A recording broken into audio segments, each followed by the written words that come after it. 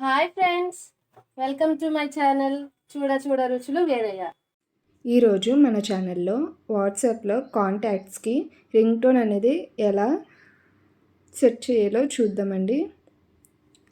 మన ఫోన్లో ఉన్న వాట్సాప్ కాంటాక్ట్స్కి సపరేట్ రింగ్ టోన్స్ అనేవి పెట్టుకోవచ్చండి. దీనివల్ల యూజ్ ఏంటి అంటే మనకి ఎవరు ఫోన్ చేస్తున్నారు అనేది సింపుల్గా ఐడెంటిఫై అవుతుంది. మనం వాళ్ళ పేరు చూడకుండానే రింగ్ టోన్ బట్టి తెలుసుకోవచ్చు. దీనికోసం ముందుగా మీ ఫోన్లో ఉన్న వాట్సాప్ని ఓపెన్ చేసుకోండి.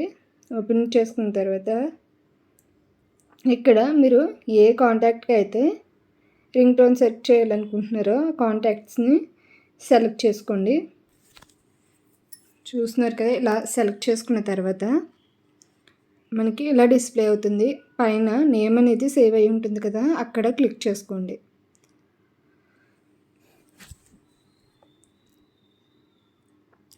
అలా క్లిక్ చేసిన తర్వాత ఇలా ఓపెన్ అవుతుంది. ఓపెన్ అయిన తర్వాత ఇక్కడ కస్టమ్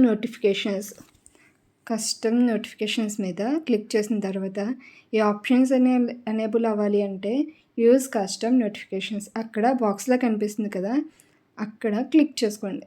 చూస్తున్నారు కదా, ఇప్పుడు అన్నీ కూడా ఆప్షన్స్ అన్నీ కూడా ఓకే అయినాయి. ఇక్కడ రింగ్ టోన్ లాస్ట్లో ఉంది కదా, లాస్ట్ నుంచి రెండోది రింగ్ టోన్.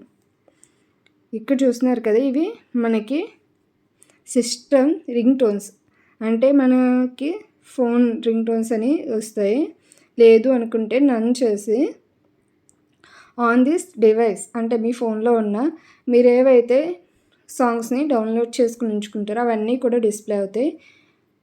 ఇలా ఒక సాంగ్ని సెలెక్ట్ చేసుకోండి. చూస్తున్నారు కదా, ఇలా బ్లూ కలర్లో కింద కనిపిస్తుంది ఆన్ దిస్ డివైస్ కింద, అంటే ఆ సాంగ్ సెలెక్ట్ అయిపోయిందని అర్థం.